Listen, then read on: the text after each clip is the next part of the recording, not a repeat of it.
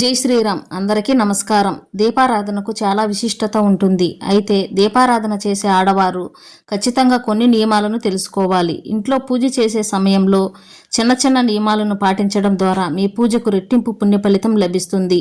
మీకు మీ కుటుంబానికి చాలా మంచి జరుగుతుంది. కాబట్టి దీపారాధన చేసే ఆడవారు తప్పనిసరిగా తెలుసుకోవలసిన కొన్ని ముఖ్యమైన నియమాల గురించి ఈ వీడియోలో తెలుసుకుందాం. ముందుగా ఈ వీడియోకి ఒక లైక్ కొట్టి మా ఛానల్ని సబ్స్క్రైబ్ చేసుకోండి. లైక్ కొట్టడం మాత్రం అస్సలు మర్చిపోకండి. అలాగే జై శ్రీరామ్ అని కామెంట్ చేయండి. అయితే మనలో చాలా మందికి ఒక పెద్ద ధర్మ సందేహం ఉంటుంది. పూజ చేసే ముందు ఆహారం తింటే పూజ చేసిన ఫలితం దక్కుతుందా లేదా అని చాలా మంది అనుకుంటారు. అయితే పూజ చేసే ముందు ఎలాంటి ఆహారాన్ని తినకూడదని మన పెద్దలు చెబుతూ ఉంటారు. ఎందుకంటే బాగా తినేసి పూజ చేస్తే తరచూ ఆవలింతలు వస్తాయని, దీనివల్ల పూజ సరిగ్గా చేయలేమని ఆ నియమాన్ని పెట్టారు. కాబట్టి ఆరోగ్యంగా ఓపికగా ఉన్నవారు పూజ చేసిన తర్వాత ఆహారాన్ని తినండి. అనారోగ్య సమస్యలతో బాధపడే వారికి ఈ నియమం వర్తించదు. పూజ చేసిన ఫలితం దక్కాలంటే భక్తితో దేవుడిని పూజించాలి. అంతేకాని కటిక ఉపవాసంతో ఉండాలని ఆచారం ఏమీ లేదు. ఇక ప్రతి ఒక్కరి పూజ గదిలో తప్పనిసరిగా అక్షింతలు ఉండాలి. అక్షింతలు శుభాన్ని సూచిస్తాయి. కాబట్టి పూజ గదిలో అక్షింతలు పెట్టుకుంటే మీ కుటుంబానికి సకల సౌభాగ్యాలు కలుగుతాయి. ముఖ్యంగా పని కోసం బయటకు వెళ్ళేటప్పుడు పూజ గదిలో ఉన్న అక్షింతలను తలపైన వేసుకోండి. మీ పనుల్లో ఆటంకాలు ఏర్పడకుండా విజయాలు సాధిస్తారు. తాబేలు సాక్షాత్తు విష్ణు స్వరూపం కాబట్టి మీ పూజ గదిలో తాబేలు విగ్రహాన్ని పెట్టుకుంటే లక్ష్మీ కటాక్షం సులభంగా కలుగుతుంది. మీ పూజ గదిలో ఉత్తర ముఖంగా తాబేలు విగ్రహాన్ని పెట్టుకోండి.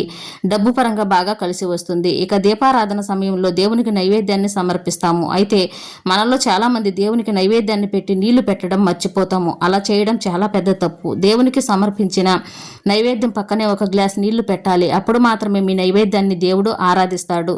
విపరీతమైన సంపదలు కలగాలన్నా, అప్పుల బాధలు తీరిపోవాలన్నా, కుజిదోష నివారణ, అలాగే వివాహ సమస్యలు కూడా అద్భుతమైన మంత్రం ఉంది. ఆ మంత్రం ఏమిటంటే శ్రీ అపర్ణే నమః అనే మంత్రాన్ని ప్రతిరోజు 27 సార్లు చదవండి. పూజ గదిలో వెలిగించిన దీపానికి చాలా దైవశక్తి ఉంటుంది. కాబట్టి ఇంట్లో దీపారాధన చేసేటప్పుడు తమలపాకులపైన దీపాన్ని వెలిగిస్తే ఎన్నో శుభ ఫలితాలు కలుగుతాయి. తమలపాకుల కాడలో అమ్మలగన్న అమ్మ పార్వతీదేవి కొలువై ఉంటుందని, తమలపాకు మధ్యలో సరస్వతీదేవి నివసిస్తుందని, అలాగే తమలపాకు చివరిలో లక్ష్మీదేవి ఉంటుందని నమ్మకం. కాబట్టి తమలపాకుపై దీపం వెలిగిస్తే కోరిన కోరికలు తక్షణమే నెరవేరి విపరీతమైన ఐశ్వర్యం కలిసొస్తుందని నమ్మకం. ఇక ప్రతి ఒక్కరూ పూజ గదిలో తప్పనిసరిగా రాగి చెంబు ఉండాలి. రావి చెంబులో త్రిమూర్తులు కొలువై ఉంటారు. మీ పూజ గదిలో రాగి కలశాన్ని పెట్టుకుంటే మీ దీపారాధనకు రెట్టింపు ఫలితం లభిస్తుంది. త్రిమూర్తుల ఆశీర్వాదం మీ ఇంటిపై ఉంటుంది. పూజ గది చాలా పవిత్రమైనది. అయితే మన పూజ గదిలో ఎట్టి పరిస్థితుల్లోనూ న్యూస్ పేపర్లను వేయకూడదు. న్యూస్ పేపర్లకు బదులుగా ఒక పట్టు వస్త్రాన్ని ఏర్పాటు చేసుకోండి. విపరీతమైన సంపద వరించాలంటే ఇంట్లో దీపారాధన చేసేటప్పుడు 5 ఒత్తులతో దీపారాధన వెలిగించండి. మన హిందూ ధర్మంలో పచ్చకర్పూరానికి చాలా దైవశక్తి ఉంటుంది. పచ్చకర్పూరంలో కుంకుమ కలిపి ప్రతిరోజు బొట్టులాగా పెట్టుకుంటే సాక్షాత్తు వెంకటేశ్వర స్వామి అనుగ్రహం మీపై ఎప్పుడూ ఉంటుంది. అలాగే ప్రతి సోమవారం మరియు శనివారం నాడు కర్పూరం పైన దాల్చిన చెక్క పెట్టి ఆ కర్పూరాన్ని వెలిగించి మీ ఇల్లంతా హారతి ఇవ్వండి. ఇలా చేస్తూ ఉంటే మీ ఇంట్లోకి పుష్కలంగా డబ్బు వస్తుంది. ఉప్పు సాక్షాత్తు లక్ష్మీ స్వరూపం కాబట్టి ప్రతి నెల జీతం రాగానే ముందుగా జీతంతో రాళ్ల ఉప్పును కొనండి. అలా చేస్తే అనవసరపు ఖర్చులు తగ్గి మీ ఇంటి ఆదాయం బాగా పెరుగుతుంది. ధనలక్ష్మీదేవి అనుగ్రహం సులభంగా కలగాలంటే మీ బీరువా ఖాళీగా ఉంచకూడదు. బీరువా సాక్షాత్తు లక్ష్మీ స్వరూపం. బీరువాను దక్షిణ గోడకు ఆనించి ఉత్తర ముఖంగా పెట్టుకోవాలి. బీరువా పైన స్వస్తిక్ గుర్తు వేసుకోవాలి. మీ బీరువా విషయంలో ఈ నియమాలు పాటిస్తే లక్ష్మీ కటాక్షం సంపూర్ణంగా సిద్ధిస్తుంది.